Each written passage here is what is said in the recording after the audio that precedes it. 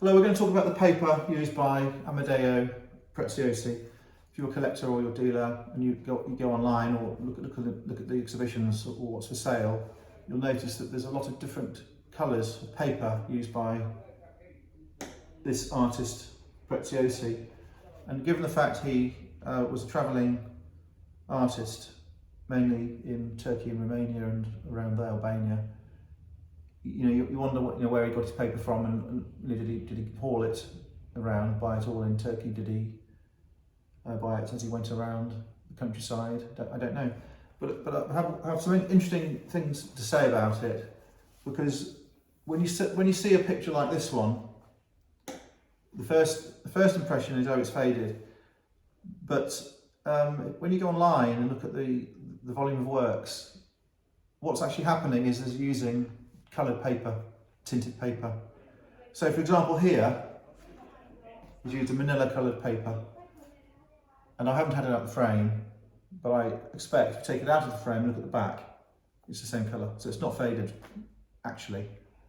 And he's using gouaches, and you'll find this greeny teal colour used all over the place with his paintings. You'll see this blue, this pink, and the heightened white used all over the place. He'll use that sort of trinity of colours, if you like, and he'll find places to put the colours, even if they're not there in real life. So for example, if he's doing an internal scene and he hasn't got any green, he'll put it on the border of a rug, so he's using it. And he uses them as highlights. So this is not a painting where the whole thing's been painted and it's faded down because it's been in the sun.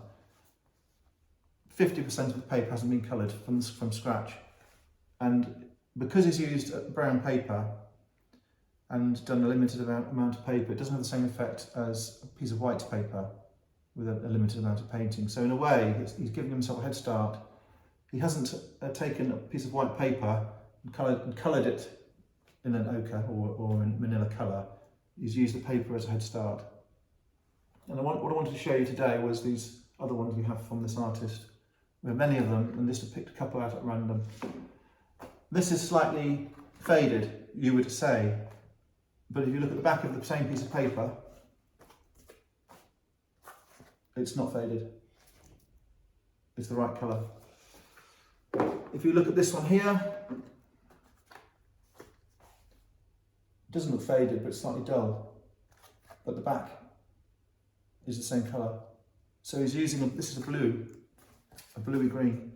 So he's using coloured paper, and when you look online, you'll see some of them are on these Manilas, and some of them are on darker coloured paper, and many of them are on white paper or a nearly white paper.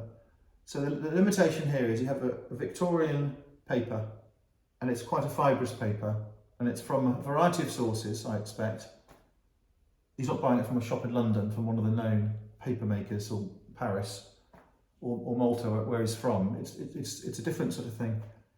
And the quality of the paper will vary from shop to shop, from colour to colour, and size to size.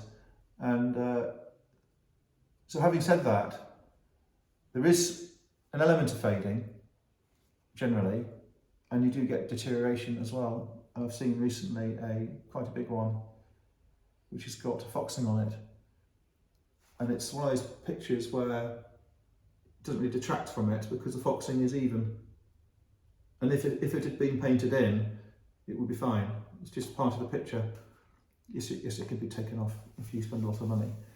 So when it comes to deterioration, even deterioration, like even fading, is bearable.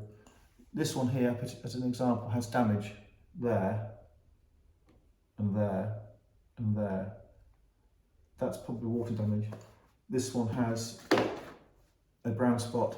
That can be where it's been near an iron nail in a frame. The frame is gone, unfortunately. It has some staining here. Might be dampness, has some foxing here. So that's in a really visually interesting, clear colourway, that one there. That one there is still a beautiful picture, very characteristic picture as a sleeping child.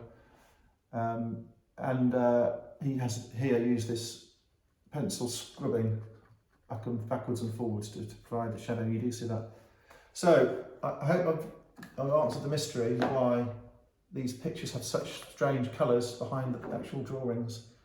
Some of his pictures go for nearly £400,000, and some of them are interior views of buildings in Istanbul, for example, and are really very big.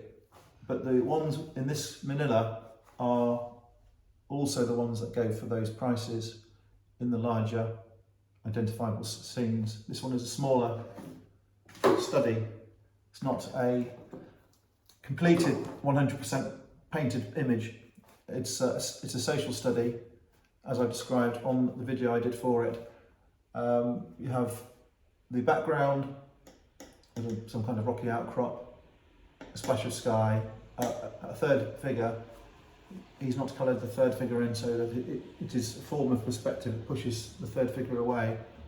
And I think, without going over what I said in the other video, I think it's a really beautiful thing. Thank you.